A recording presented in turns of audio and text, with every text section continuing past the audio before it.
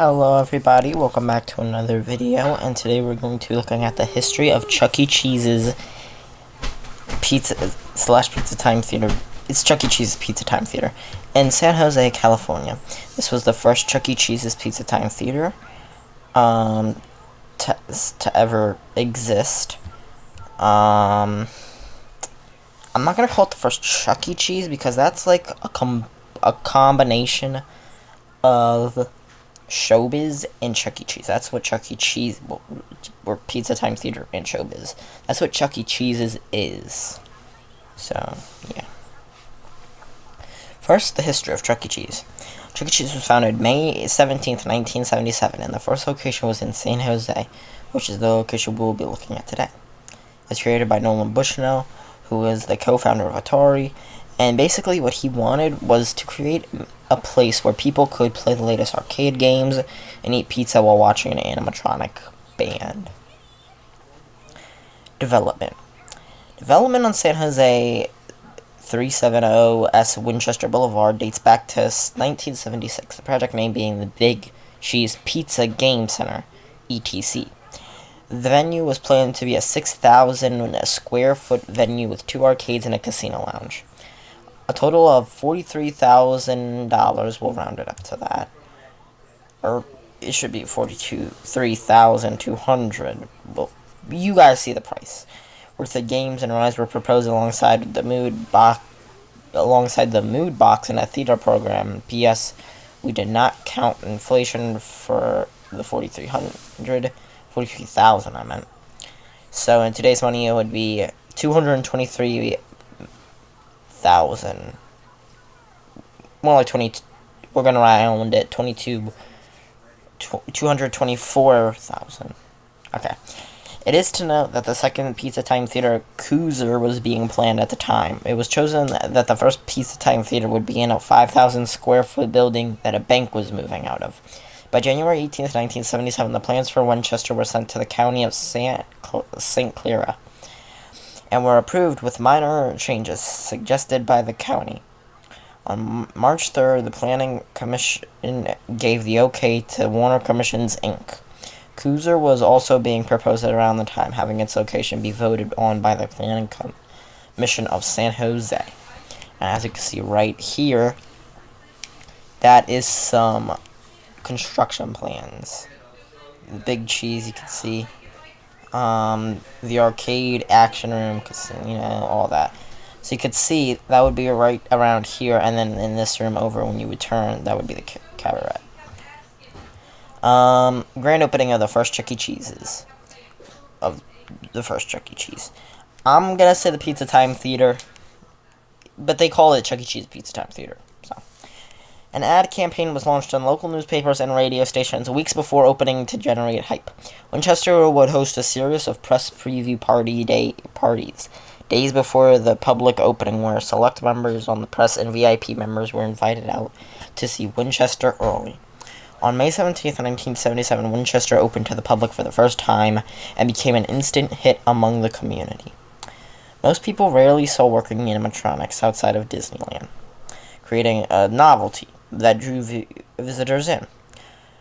Often on weekends, the place would be at max capacity with a line reaching around the sidewalk, which I can only imagine. I've never seen a line that big at a Chuck E. Cheese's. And as you can see, there's some concept art for the Warblets. Post-opening. As time moved on, Winchester would receive a large amount of guests visiting every weekend, having their facility at max capacity on weekends. In September of 1977, a new menu and game room carpets were added to the store. When Coozer opened in 1978, a large majority of potential and current Pizza Time Theater customers moved to the bigger and updated store. Although Winchester would still have a sizable guest count and loyal patrons, new guests were few and far between.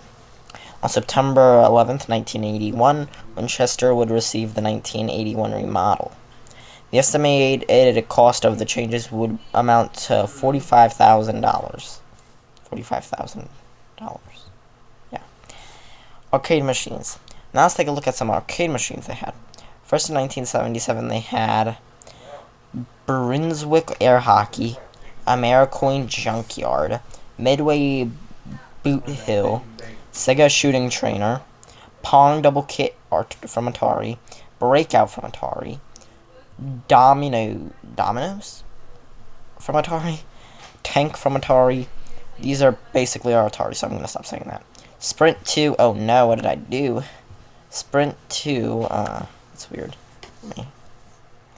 Sprint 2, Night Driver, not to be confused with stand-up version released in 1979. Indy 4, Triple Hunt, F1 Match, Biorhythm, Puppy Pong, Cheese Crawl, which wasn't really a video game, but yeah. Then they got new games in 1979. Football, Touch Me, not to be confused with the handheld version. Starship 1, Fire Truck, an unknown shooting game, Circus Orbit, Le Mans, Lunar Lander, Atari Baseball, Seawolf, Stunt Cycle, not to be confused with home console port, and then a few others I forgot to mention, like Atarians, Knight Rider, Freedom, Solar City, Grand Prix, and Captain Fantastic. The stage. Winchester opened with a show consisting of Chuck E. Cheese, Krusty the Cat, and Jasper T. Jowson portrait frames. Also featured was Pasquale, the chef behind the kitchen doors, and the Warblets on their own platform. Scattered on shelves throughout the room would be Pizza Time Orchestra and the clapperboard, as well as various other objects. A more advanced bot, Helen Henny, would be delivered to the store on August 12, 1977. She would be replaced with Madame Oink in February 1978, and Foxy Colleen would follow in October 1978, around June of 1978. Upgraded versions of Krusty and Chuck E. Cheese were, with more movements installed. Were installed, yeah. As shown in 1979 footage of the store's bots were not maintained often. Between 1980 and 1981, Winchester would replace their bots with Cyberamics. And it is also to note that this was like the only Krusty the Cat. Yeah, this was the only Krusty the Cat to ever exist. Well, like in a store, like there was only one. Well, technically two Krusty the Cat. Krusty the Cat was only in the first location. He never made it to the second one. They didn't want him, so they got rid of him and replaced him with Munch.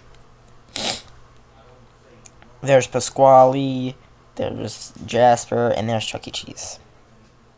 Then we got some other photos. We got a colored photo of Pasquale.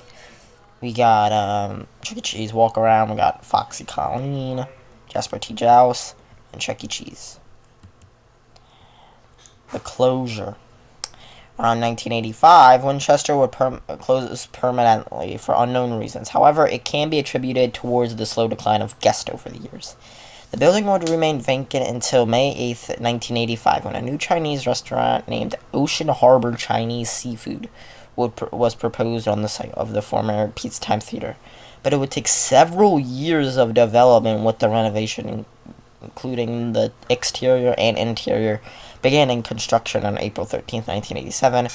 It would be open for the 90s, but then close at an unknown date.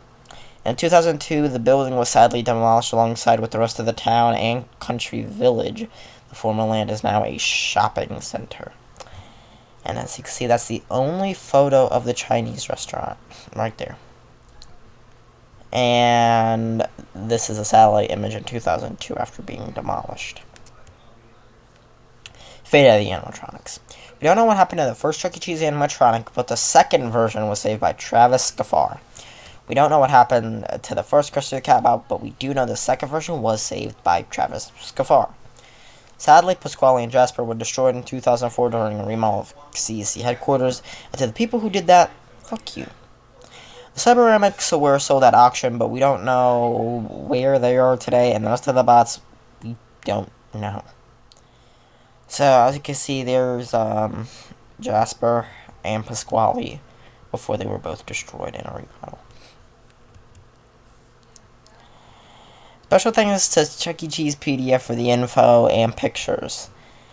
This video was dedicated to the bots, and as you can see, there they are. Sorry for the low quality of these photos. And that's it. Thank you all for watching. That is our first episode of, that was the first episode of Cheesypedia. So, first episode of the history episode. That was the first history episode. I hope you all enjoyed. Comment, like, and subscribe, and I'll see you guys next time.